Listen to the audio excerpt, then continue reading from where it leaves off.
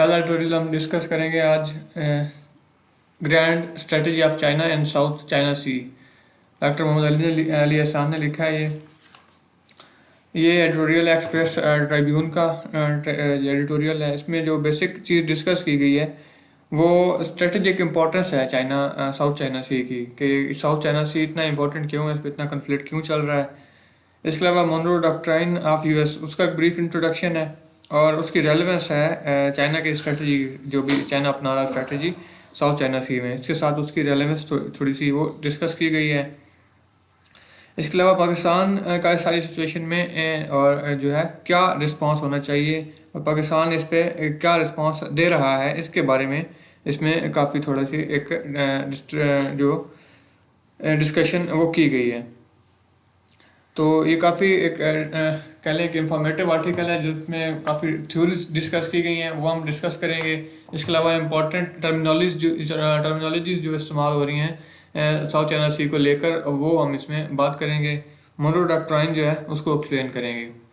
दूसरा है inconsistent ties, Ejaz Ahmad Chaudhary ने लिखा है। तो ये एजाज अहमद चौधरी साहब जो हैं ये पाकिस्तान के फॉरेन सेक्रेटरी रह चुके हैं। ये एडिटोरियल उनका डॉन अखबार में जो है वो शाया हुआ है। तो इसमें जो डिस्कस किया गया है पाक यूएस रिलेशंस के बारे में डिस्कशन की गई है कि अभी जो रिलेशन जो है वो डाउन साइज हो रहे हैं, वो पहले से जो है वो कमतर होते जा रहे हैं। उसकी क्या वजूहत है, उसमें जो 5 बेसिक जो वजूहत है उसकी वो डिस्कस की गई हैं। और हमारी रिलेशंस की यूएस के साथ रिलेशन की एक ब्रीफ हिस्ट्री जो है वो बताई गई है कि इसमें पाकिस्तान शुरू से इंडिपेंडेंस से लेकर अब तक जो है किस तरह के अप्स एंड डाउन्स जो है पाकिस्तान और यूएस के रिलेशंस में वो देखे गए हैं। और आप देखें तो जो साउथ चाइना सी वाला है आर्टिकल, आप इसको और इन दोनों को आप इंटरनेशनल जो जिन स्टूडेंट्स ने लिखा हुआ है सीएसएस में एज आ इंटरनेशनल रिलेशंस को इलेक्टिव सब्जेक्ट चूज़ किया हुआ है, तो वो साउथ चाइना सी को उसके हिसाब से एक इंटरनेशनल रिलेशंस के सिनेरियो में वो उसको देख सकते हैं। और पाक अफेयर्स के हवाले से देखें तो ये पाक यूएस रिलेशंस जो है उसके टॉपिक अंडर आप पाक अफेयर्स में इसको डिस्कस कर सकते हैं यूएस रिलेशंस के साथ के बारे में। तो हमारे चैनल को आप सब्सक्राइब करें और वीडियोस को लाइक किया करें, और जो हम क्वेश्चन पूछते हैं हर एडिटोरियल के एंड पे उसका आंसर कमेंट्स बॉक्स में देना ना भूलें। आयत ऑफ द डे हमारा बिस्मिल्लाहिर्रहमानिर्रहीम, वमा अंतुम बिमुअज्जिज़ीन फिल अर्ज़ वला फिस समाई वमा लकुम मिन दूनिल्लाहि मिन वलिय्यिन वला Naseer. And you will not cause failure to Allah upon the earth or in the heaven, and you have not other than Allah any protector or any helper। और ना तुम किसी तरह ज़मीन में आजिज़ करने वाले हो अल्लाह को, ना आसमान में, और ना अल्लाह के सिवा तुम्हारा कोई दोस्त है और ना कोई मददगार। कि यानी कि आप दुनिया के किसी कोने में चले जाएं, आप आसमान के किसी जगह पे चले जाएं, आप अल्लाह ताला की पकड़ से नहीं निकल सकते। अल्लाह ताला ने सूरह रहमान में यही बात फरमाई है, या माशरल जिन्नि वल इंसी इन इस्ततअतुम अन तनफुज़ू मिन अक़तारिस समावाति वल अर्ज़ि फनफुज़ू ला तनफुज़ून इल्ला बिसुल्तान। ए जिन्नो इंस की जमात, अगर तुम ताकत रखते हो कि आसमानों और ज़मीन के किनारों से निकल जाओ तो निकल जाओ, इसकी गलबे के सिवा नहीं निकलोगे। इंसान ने जितनी भी तरक्की कर ली है, वो जितना भी दूर चला जाए, सितारों तक उसकी पहुंच हो गई है और ज़मीन के अलावा बाकी प्लैनेट्स तक वो पहुंच चुका है। लेकिन अगर वो पूरी कायनात से भी निकल जाए, जो कि कायनात से निकलना ही उसके लिए नामुमकिन नहीं है, अगर कायनात इससे निकल भी जाए तो फिर भी वो अल्लाह के गिरफ्त से जो है वो महफूज नहीं है, वो अल्लाह ताला की पकड़ से नहीं बच सकता। आप देख सकते हैं कि कायनात कितनी वसी है, आप इसके बारे में काफ़ी कुछ जो आप सुन चुके हैं कि एक वसी जगह है जिस पे जो सूरज की रोशनी है वो भी हमारे तक पहुंचने में, मतलब जो डिस्टेंट स्टार्स हैं उनकी रोशनी हम तक पहुंचने में कई बिलियन साल जो है वो लग जाते हैं। तो ऐसे कई सितारे हैं जो हमसे उन सितारों से भी बहुत ज़्यादा दूर हैं। तो कायनात इतनी वसी है, अगर उसमें आप कहीं भी चले जाओ तो आप अल्लाह की गिरफ्त से महफूज नहीं हो। तो ये बेसिकली अल्लाह ताला ने अपना एक बंदों को अपना खौफ दिलाया है कि तुम गुनाहों से बचो, तुम गुनाह कर अल्लाह ताला की पकड़ से कहीं भाग नहीं सकते, तुम कहीं नहीं जा सकते, तुम अल्लाह की गिरफ्त में हो हमेशा। तुम जहाँ कहीं भी चले जाओ अल्लाह तुम्हें पकड़ तुम्हारी ज़रूर फरमाएगा उस पर।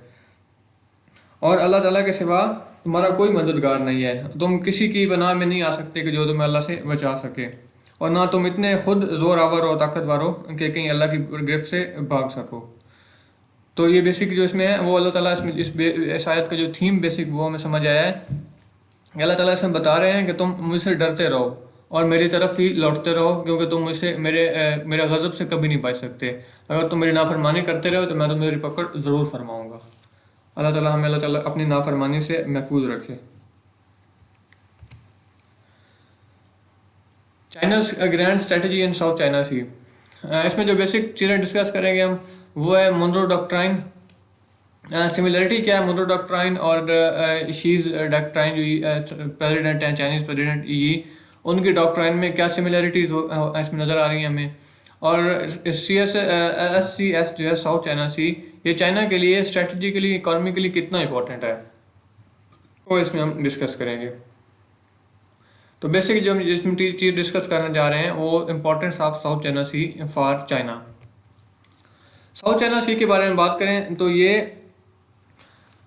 Persian Gulf, Middle East, Indian Ocean और सब कॉन्टिनेंट को नॉर्थ ईस्ट एशिया के साथ ये मिलाता है। आप मैप देख सकते हैं इधर कि चाइना और Vietnam, Taiwan, Philippines, Brunei, Malaysia, इनके दरमियान में ये साउथ चाइना सी वाक़ है। तो चाइना के लिए ये बहुत ज़्यादा स्ट्रेटजिकली इंपॉर्टेंट है। इसकी वजूहत क्या है वो हम आगे डिस्कस करेंगे। अच्छा, साउथ चाइना सी जो एनर्जी रिच है, इसमें बहुत से ऑयल के जो हैं वो डिपॉजिट्स मौजूद हैं, बाकी मिनरल्स के डिपॉजिट मौजूद हैं। एनर्जी के लिए भी उनकी इंपॉर्टेंट है ये, और जियोग्राफिक स्पेस के लिए ये एक जियोग्राफी के हिसाब से दुनिया का सबसे इम्पोर्टेंट जो है वो क्रिटिकल ये स्पेस ये रीजन बन चुका है साउथ चाइना सी। और आए दिन आप इसके बारे में अखबारात में न्यूज़ में सुनते रहते होंगे कि साउथ चाइना सी में या ये हो गया वो हो गया, इस तरह कन्फ्लिक्ट चल रहे हैं। तो ग्रेट पावर पॉलिटिक्स का ये एक मेन पॉइंट जो है वो बना हुआ है आजकल। अब ये मैप आप देख सकते हैं कि चाइना जो है ये साउथ चाइना सी, ये जो आपको पिंक एरिया नज़र आ रहा है इसमें, इस पे चाइना ने अपना क्लेम किया हुआ है। चाइना कहता है कि ये जो है ये मैरी टाइम रीजन ये मेरा है, इस पे आप लोगों ने मतलब इस पे किसी किस्म की मिलिट्री एक्सरसाइज और मिलिट्री पावर जो है किसी कंट्री की नहीं होनी चाहिए। बाकी इस पे क्लेम ये वियतनाम है, ताइवान, मलेशिया, ब्रुनाई, फिलीपींस के साथ इनके काफ़ी जो है वो ताल्लुकात इसी वजह से ख़राब रहे हैं, मैरी टाइम रिलेशन जो है मैरी टाइम इनकी इंटरफेरेंस की वजह से। तो इस रीजन पे जो है चाइना अपना क्लेम कर रहा है कि ये हमारा रीजन है, इस पे आपका कोई क्लेम नहीं होना चाहिए। अच्छा, ये साउथ चाइना सी इतना इंपॉर्टेंट क्यों बना है? इसकी बेसिक वजह जो है वो एशियन कॉन्टिनेंट का इकोनॉमिक राइज है कि इकोनॉमी में जो इस तरह से अभी एक तरक्की हो रही है, वो एक बेसिक वजह है इसकी। अब देखें तो चाइना जो है वो इकोनॉमी के हिसाब से पूरी दुनिया को लीड कर रहा है, और वो ग्रेट ब्रिटेन और यूएस को भी इसमें बीट कर चुका है कि किस तरह से उन्होंने अपनी पर कैपिटा इनकम जो है वो डबल की है। पर कैपिटा इनकम क्या होती है? ये किसी भी पर्सन के एक स्पेसिफिक रीजन में इनकम को कहते हैं पर कैपिटा इनकम। इसका फार्मूला ये होता है कि टोटल इनकम जो होती है ना उस एरिया की, उस रीजन की, उसको डिवाइड कर देते हैं उस एरिया की टोटल पॉपुलेशन के साथ। फर्ज करें अब एक रीजन है, उसकी जो टोटल जो है इनकम वो कह लें कि 1 मिलियन है, और वहाँ की पॉपुलेशन जो है वो 100 है। तो आप 1 मिलियन को जब 100 से डिवाइड करोगे तो आपके पास पर कैपिटा इनकम उस एरिया की आ जाएगी। तो इस पर कैपिटा इनकम को डबल करने में चाइना ने बहुत कम टाइम लिया। आप ग्रेट ब्रिटेन की बात करें तो इसने तकरीबन 3 दिहाइयाँ मतलब 30 साल लिए हैं। यूएस की बात करें तो उसने तकरीबन 50 साल में ये अपनी पर कैपिटा इनकम डबल की है, लेकिन चाइना ने सिर्फ 10 साल के अंदर अपनी पर कैपिटा इनकम को डबल कर रही है। तो चाइना की ज्योग्राफी की बात करें, इसका एक जो लार्ज इकोनॉमी है उसकी बात करें, डेमोग्राफिक्स की बात करें, उसकी जो लार्ज पॉपुलेशन है डेमोग्राफी उसकी बात करें, तो चाइना जो है ये अपना इन्फ्लुएंस और कंट्रोल जो है साउथ चाइना सी पे और इवन ईस्ट चाइना सी पर भी अपना कंट्रोल जो है वो करने के लिए अपने आप को तैयार कर रहा है। अच्छा, मोनरो डॉक्ट्राइन की ज़रा बात करते हैं पहले, फिर इसके बारे में आगे डिस्कस करेंगे। मोनरो डॉक्ट्राइन की बेसिकली उनके president US president James Monroe ने ये दी थी। इसके ये उनकी अभी फॉरेन पॉलिसी का इस पे जो है वो मेन फोकस जो है वो इसी डॉक्ट्राइन पे उनकी फॉरेन पॉलिसी जो है वो चल रही है। इसमें क्या था कि वेस्टर्न हेमिस्फीयर में किसी भी किस्म की कॉलोनियलाइजेशन को वो अपोज कर रहे थे। ब्रिटेन की होगी, यूरोपियन कंट्रीज की कॉलोनियलाइजेशन जो है कॉलोनियलाइजेशन वेस्टर्न हेमिस्फीयर में इसको वो अपोज कर रहे थे। अब वेस्टर्न हेमिस्फीयर में बेसिकली जो है वो चीज़ जो आते हैं नॉर्थ और साउथ एरियाज जो हैं अफ्रीका के, जो आते हैं, अमेरिका आता है, नॉर्थ और south America, western most south America, Africa के एरियाज आते हैं। इसके अलावा Canada, Cuba, Brazil, Mexico, France, USA, जो भी आज का यूएसए है, ये कंट्रीज जो हैं ये बेसिकली ये वेस्टर्न हेमिस्फीयर के अंदर आते हैं। Canada, Cuba, Brazil, Mexico, France, USA और बाकी छोटी बहुत और से भी कंट्रीज हैं, वो तकरीबन इसमें आती हैं। तो इसका मोनरो डॉक्ट्राइन से आपको क्या समझ आया कि इन एरियाज में, ये जो वेस्टर्न हेमिस्फीयर के एरियाज है जिनमें आजकल के आप देखें तो नॉर्थ और साउथ अमेरिका शामिल हैं, इसके अलावा वेस्टर्न मोस्ट अफ्रीका का जो एरियाज हैं वो शामिल हैं। इसमें जो है किसी भी किस्म की कॉलोनियलाइजेशन को अपोज करना यूएस का, ये मोनरो डॉक्ट्राइन कहलाता था। अच्छा, इस मोनरो डॉक्ट्राइन की वजह से क्या हुआ कि यूएस ने ग्रेट कैरेबियन में अपना इन्फ्लुएंस जो है वो बढ़ा लिया। ग्रेट कैरेबियन की बात करें तो मॉडर्न डे में वेस्ट इंडीज, बर्म्यूदा और सेंट्रल अमेरिका जो है वो कैरेबियन, ग्रेट कैरेबियन के अंदर आते हैं। तो इसमें मोनरो डॉक्ट्राइन जो बेसिकली थी वो ग्रेट कैरेबियन के बारे में भी थी कि वहाँ पे किसी किस्म की कॉलोनियलाइजेशन वेस्टर्न कंट्रीज जो हैं वो ना कर पाएँ।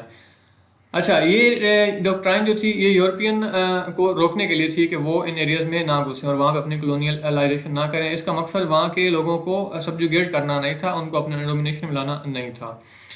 ग्रेट ब्रिटेन की ट्रिनिडाड, गुनिया, हंड्रास और जमीका में बहुत ज़्यादा मिलिट्री बेसिस थी, लेकिन उन्होंने अमेरिकन को चैलेंज करना बेहतर नहीं समझा और वो एरियाज को छोड़ गए। यूएस ने अपने एरियाज में अपना ही एक अमेरिकन मेडिटेरेनियन जो है वो क्रिएट कर लिया। अमेरिकन मेडिटेरेनियन की बात करें तो कैरेबियन सी और गल्फ ऑफ मैक्सिको को मिला के इसको कैरेबियन अमेरिकन मेडिटेरेनियन कहते हैं। इसमें जो मेन कंट्रीज आती हैं वो क्यूबा और जमैका जैसी मेन कंट्रीज जो हैं वो इसके अंदर इसके आती हैं, एरियाज के अंदर आती हैं। ग्रेट कैरेबियन वो यूएस के लिए कितना इंपॉर्टेंट था, तो ग्रेट कैरेबियन जो है अमेरिकन कॉन्टिनेंट की एक एक्सटेंशन, उन्होंने मैरीटाइम एक्सटेंशन के तौर पे इसको समझा। इसका फ़ायदा उनका क्या हुआ कि वो उसका अपना स्फीयर इन्फ्लुएंस था, जो उनका एक इन्फ्लुएंस का जो दायरा था उसको वो वसी कर रहे थे ताकि अपना इन्फ्लुएंस जो है थ्रू आउट द वर्ल्ड वो अपना बढ़ा सकें। ग्रेट कैरेबियन की वजह से, ग्रेटर कैरेबियन की वजह से ही उनको एक पॉलिटिकल और इकोनॉमिक का जो सिक्योरिटी हासिल हुई यूएस को, ताकि वो पनामो के अंदर 82 किलोमीटर की, 82 किलोमीटर की एक आर्टिफिशियल कैनाल जो है वो क्रिएट कर सकें। इस कैनाल का क्या था, पनामो में ये वाकई आर्टिफिशियल कैनाल जो कि पैसिफिक ओशन और अटलांटिक ओशन को आपस में मिलाती है। तो ये जो कंस्ट्रक्शन थी ये इनके लिए बहुत ज़्यादा स्ट्रेटजिक सिग्निफिकेंस की हामिल थी यूएस के लिए। ये क्या कर रही थी, यूएस की ईस्टर्न कोस्ट को अपनी उनकी वेस्टर्न कोस्ट से मिला रही थी। अब ये देख सकते हैं इसमें ये न्यूयॉर्क और सैन फ्रांसिस्को, ये इनके वेस्टर्न और ईस्टर्न जो है वो कोस्ट हैं।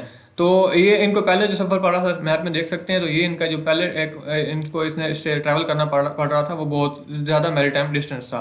पनामा कैनाल के बनने की वजह से ये डिस्टेंस कम होकर बहुत ही मतलब 1/3 तकरीबन ये कह लें 1/4 वो जो डिस्टेंस ये रह गया। तो इनको इससे बहुत ज़्यादा स्ट्रेटेजिकली, इकोनॉमिकली इस कैनाल का बहुत ज़्यादा फ़ायदा हुआ। और ये कैनाल इन्होंने किस वजह से बना सके थे, अपने ग्रेट कैरेबियन में अपना इन्फ्लुएंस बढ़ाकर। अब आते हैं कि मोनरो डॉक्ट्राइन और शी जिनपिंग जो है चाइनीज़ प्रेसिडेंट, इनकी डॉक्ट्राइन के दरमियान क्या जो है वो सिमिलैरिटीज़ हैं। अब शी डॉक्ट्राइन देखें तो ये साउथ चाइना सी में अपना इन्फ्लुएंस बढ़ा रहे हैं, बिल्कुल उसी तरह जिस तरह चाइना जो है ये अपना ईस्टर्न हेमिस्फीयर में क्या आते हैं कि अभी जो हमारा एशिया है, मतलब most of the world eastern hemisphere में आती है। Asia, most of the Europe और अफ्रीका जो है, ऑस्ट्रेलिया पूरा और पूरा एशिया, ये ईस्टर्न हेमिस्फीयर में आते हैं। चाइना इनके अंदर अपना इन्फ्लुएंस बढ़ा रहा है, जिस तरह के अमेरिका ने वेस्टर्न हेमिस्फीयर में, ग्रेट कैरेबियन में अपना इन्फ्लुएंस बढ़ाया था।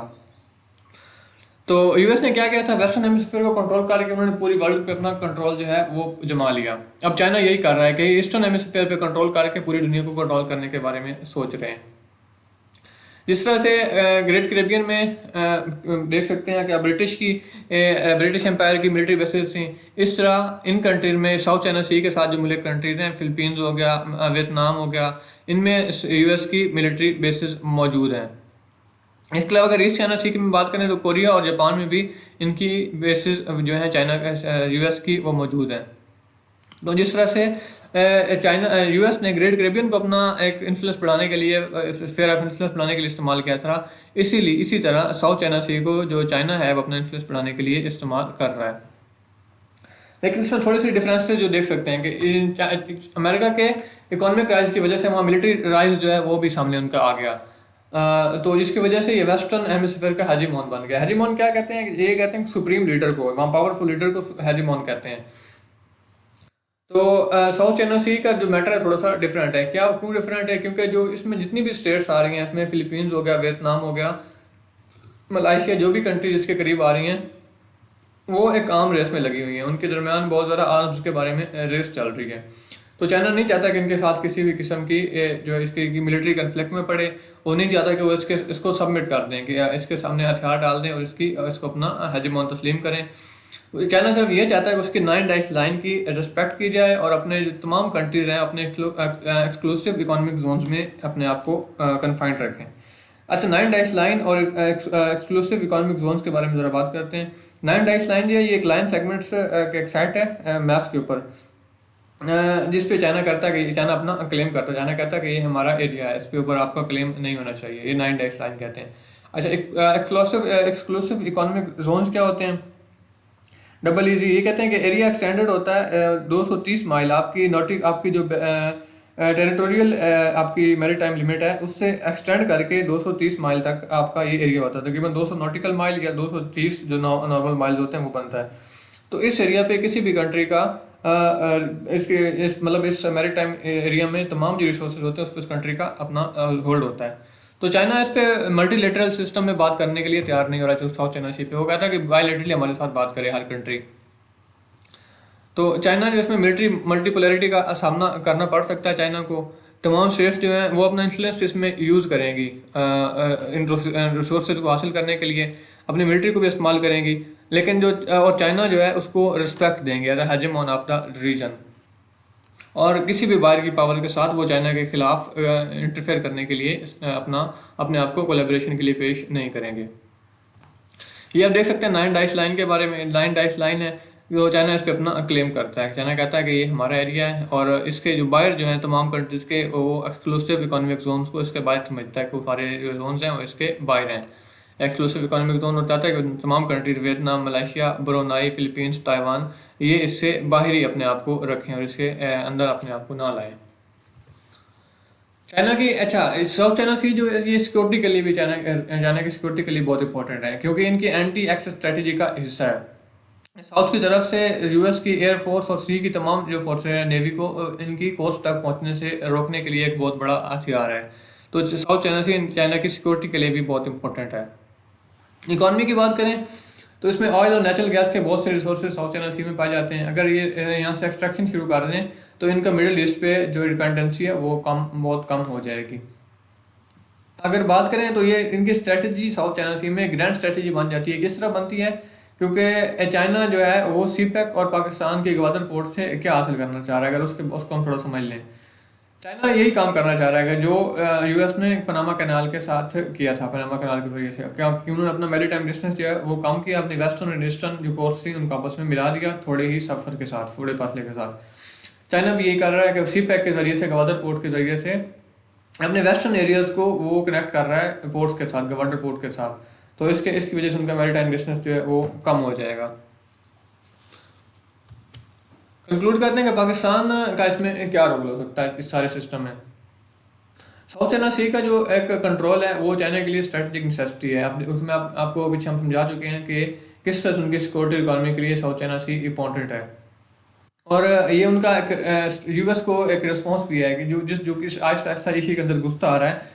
तो उनके पिवट एशिया पैसिफिक पॉलिसी के जरिए से उसको रोकने के लिए, उसको कन्फाइन करने के लिए, उसको कंटेन करने के लिए ये उनका साउथ चाइना सी पे उनका कंट्रोल होना ज़रूरी है। पिवट एशिया पॉलिसी के बारे में थोड़ा सा बताते हैं आपको कि ये यूएस की फॉरेन पॉलिसी का एक पार्ट है कि किस तरह से एशियन कंट्रीज के साथ अपने बायलैटरल जो अलाइंसेस हैं उनको स्ट्रॉन्ग किया जाए। सिक्योरिटी अलाइंसेस हो गया, इसके अलावा इमर्जिंग पावर जितनी भी है इनके साथ मल्टीलेटरल सिनेरियोज पे बात करने को वो पिवट एशिया पैसिफिक पॉलिसी कहते हैं।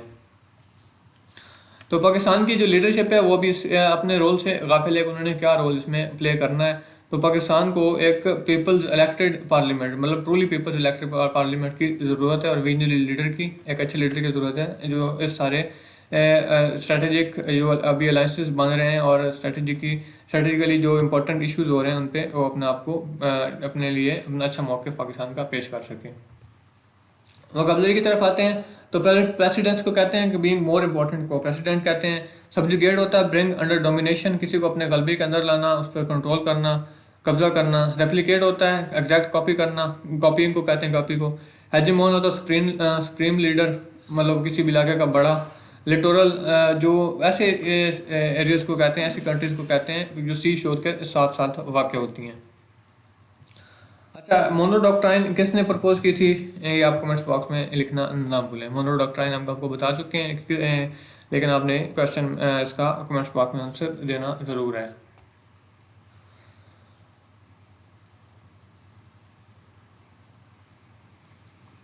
इनकन्सिस्टेंट टाइप्स, एजाज अहमद चौधरी ने लिखा है, farmer foreign secretary of Pakistan रह चुके हैं।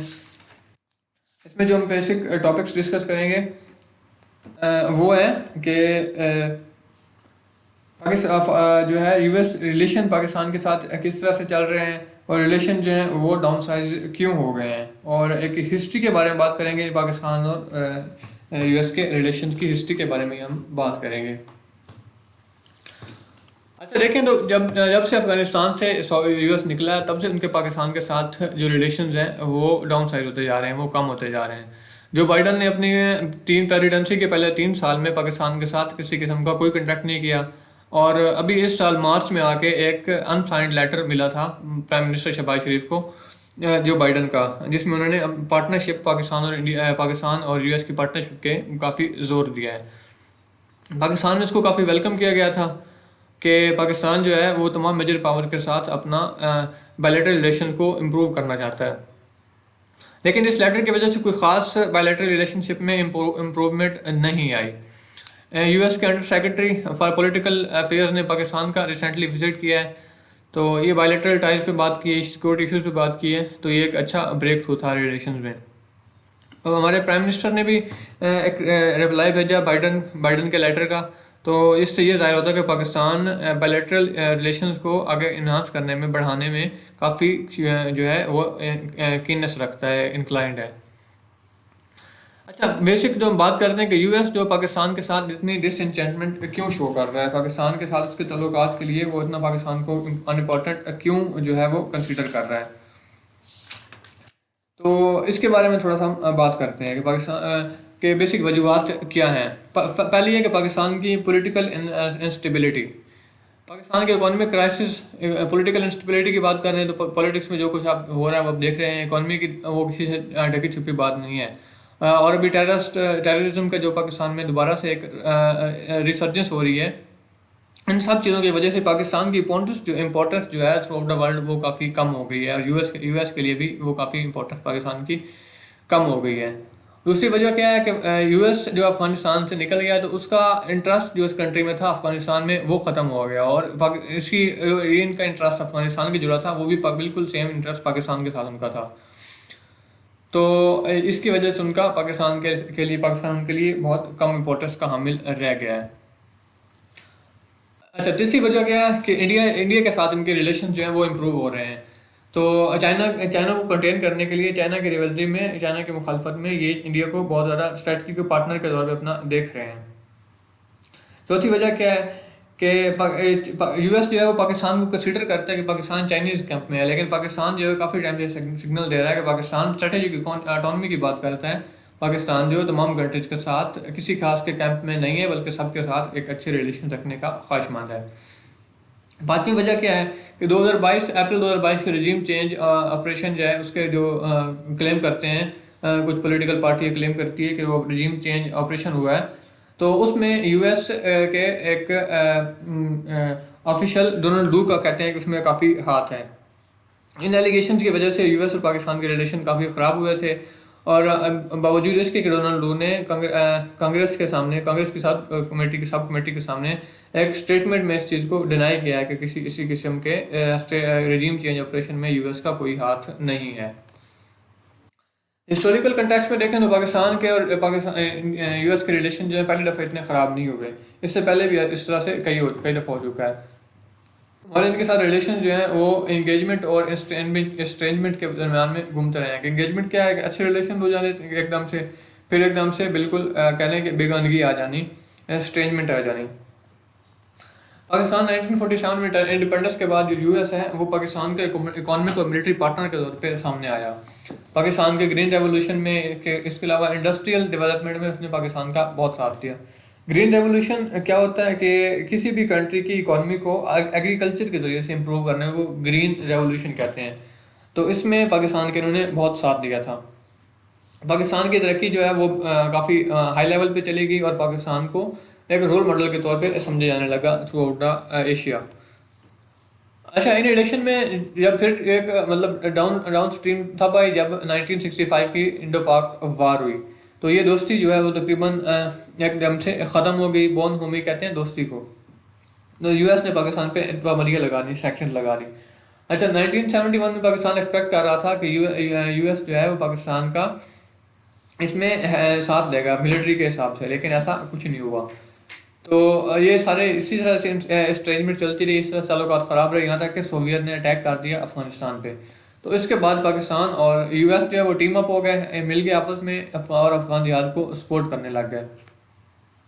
लेकिन अभी अफगान जो है सोवियत जो है अफगानिस्तान से निकले ही थे कि प्रेसलर अमेंडमेंट के जरिए से उन्होंने पाकिस्तान पे सैक्शन लगा ली। तो ताल्लुकात जो है एकदम से मज़ीद दोबारा से ख़राब हो गए। प्रेसल अमेंडमेंट क्या होती है? प्रेसल अमेंडमेंट के अंडर सैक्शन पाकिस्तान पे किस तरह लगी थी? प्रेसल अमेंडमेंट जो है ये लैरी प्रेसलर ने पेश की थी। सेनेटर था यूएस का, यूएस कांग्रेस का एक सेनेटर था। इसने ये जो है अमेंडमेंट उनके पेश की लैरी प्रेसल ने। तो ये एक्ट जो है 19 अक्टूबर 1990 में पेश हुआ, यानी 90s में ये 1990 में इसको इम्पोज किया गया। इसके मुताबिक पाकिस्तान के लिए तमाम जो एड थी उन्होंने वो बंद कर दी। यहाँ तक कि पाकिस्तानी प्रेसिडेंट जो सालाना बेसिस पे ये यकीन दहानी करवाएं कि पाकिस्तान के पास न्यूक्लियर हथियार नहीं है। तो बेसिक प्रेसलर अमेंडमेंट की, प्रेसलर सैंक्शंस की बेसिक वजह क्या थी? वो पाकिस्तान को इस जो है वो एलिगेट कर रहे थे कि पाकिस्तान के पास न्यूक्लियर वेपन्स हैं जो पाकिस्तान इंडिया के खिलाफ इस्तेमाल कर सकता है। पाकिस्तान को न्यूक्लियर रेस से रोकने के लिए उन्होंने पाकिस्तान पर सैंक्शन लगा दिया, तमाम किस्म की एड बंद कर दी। तो इसकी वजह से रिलेशन जो है मज़ीद ख़राब हो गए। फिर 9/11 के वाक़यात के बाद पाकिस्तान और यूएस के रिलेशन जो है फिर से दोबारा इम्प्रूव हो गए। क्यों हुए कि यूएस ने ग्लोबल वार एंड टेरर शुरू कर दिया, अफगानिस्तान पर अटैक कर दिया, तो पाकिस्तान ने इसका साथ देना शुरू कर दिया। लेकिन जैसे ये वार आगे बढ़ती रही तो यूएस को लगा कि पाकिस्तान जो है वो सारी फेलियर का यूएस के अंदर सारी यूएस की फेलियर का अफगानिस्तान के अंदर पाकिस्तान का हाथ है। तो वो पाकिस्तान से उन्होंने अपना मुंह मोड़ लिया और पाकिस्तान से काफ़ी दूर होते गए। तो तब से लेकर आज तक पाकिस्तान और इनके रिलेशन जो हैं वो हमेशा से ड्रिफ्टिंग अवे हो रहे हैं, एक दूसरे से दूर होते जा रहे हैं, रिलेशन जो है ख़राब होते जा रहे हैं। एक और वजह जो है वो मिसमैच ऑफ एक्सपेक्टेशन है। पाकिस्तान और यूएस के एक्सपेक्टेशन का आपस में मैच ना होना है। पाकिस्तान की और यूएस के रिलेशन के बारे में कहा जाता है कि रोलर कोस्टर राइड है, कभी बहुत ज़्यादा बेहतर हो जाते हैं, वार्म वेलकम किया जाता है रिलेशन को, और कभी ये बहुत ज़्यादा ख़राब हो जाते हैं। तो पाकिस्तान जो है वो एक्सपेक्ट करता है, पाकिस्तान की एक्सपेक्टेशंस क्या है कि पाकिस्तान समझता friend in need is a friend in deed, कि जो दोस्त आपका ज़रूरत में मददगार हो। पाकिस्तान कहता है कि हमारा जो हमारे लिए फाइनेंशियल सपोर्ट करे वो हमारा दोस्त है। लेकिन यूएस इस तरह नहीं समझता। यूएस समझता है कि इंटर स्टेट रिलेशनशिप जो है ये डिपेंड करते हैं म्यूचुअल इंटरेस्ट पे मिल जाने पे। मतलब म्यूचुअल इंटरेस्ट पाकिस्तान और यूएस का अगर सेम होगा तो उनका जो है रिलेशन जो है वो सेम होंगे। अब म्यूचुअल इंटरेस्ट की बात करें तो जैसे वार एंड टेरर थी अफगानिस्तान में, तो ये दोनों का म्यूचुअल इंटरेस्ट था, इसमें पाकिस्तान का भी इंटरेस्ट था और यूएस का भी। तो इस वजह से यूएस ने पाकिस्तान को काफ़ी सपोर्ट किया। तो ये मिस मैच ऑफ एक्सपेक्टेशंस जो है ये रिलेशन ख़राब होने की एक बड़ी वजह है। आगे जो मजीद रिलेशन के एक ख़राब होने की वजह है वो पाकिस्तान का चाइना के साथ रिलेशनशिप है। पाकिस्तान और चाइना के पाकिस्तान को यूएस और चाइना के साथ अपने रिलेशन को बैलेंस करने की ज़रूरत है। अब चाइना को देखें तो चाइना हमारा एक स्ट्रेटेजिक पार्टनर है, पाकिस्तान के अंदर बहुत ज़्यादा इन्वेस्टमेंट कर रहा है। सीपैक की अब मिसाल आपके सामने है। इसके अलावा बाकी बहुत से न्यूक्लियर प्रोग्राम्स की बात कर लें, न्यूक्लियर पावर प्लांट्स की बात कर रहे हैं, तो चाइना पाकिस्तान को बहुत सपोर्ट कर रहा है और इन्होंने कभी पाकिस्तान को एम्बेरस नहीं किया। और ना ही अमेरिका की तरह यूएस की तरह हमारे इंटरनल अफेयर्स में कभी साजिशें की हैं, कभी मुदाखलत इंटरवीन नहीं की।